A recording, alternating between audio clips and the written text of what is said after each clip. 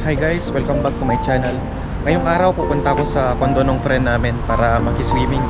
Kasi free lang naman yung swimming pool dito basta may kakilala ka sa condo.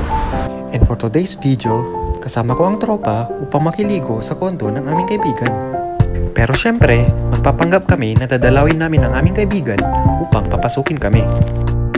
Sa gate pa nga lang may pila na ng mga nagpapanggap na dadalaw. Yun pala, makikiswimming lang. Ay sorry, kami nga pala yun. Hindi ko tuloy alam kung cottage number ba ang isusulat ko o yung unit ng aming kaibigan. At pinagbigyan nga kami. Pagpasok nga namin, diretso kaagad kami sa cottage kasi yung kaibigan namin na taga rito nagtatrabaho pa. Kaya kailangan naming magpanggap na parang dito nakatira. At dahil wala pang naliligo, tumambay muna kami dito sa gilid upang magkwentuhan. Pinag-uusapan namin kung kailan ulit kami babalik upang makiligo. Para kaming mga palaka na nakawala sa kulungan.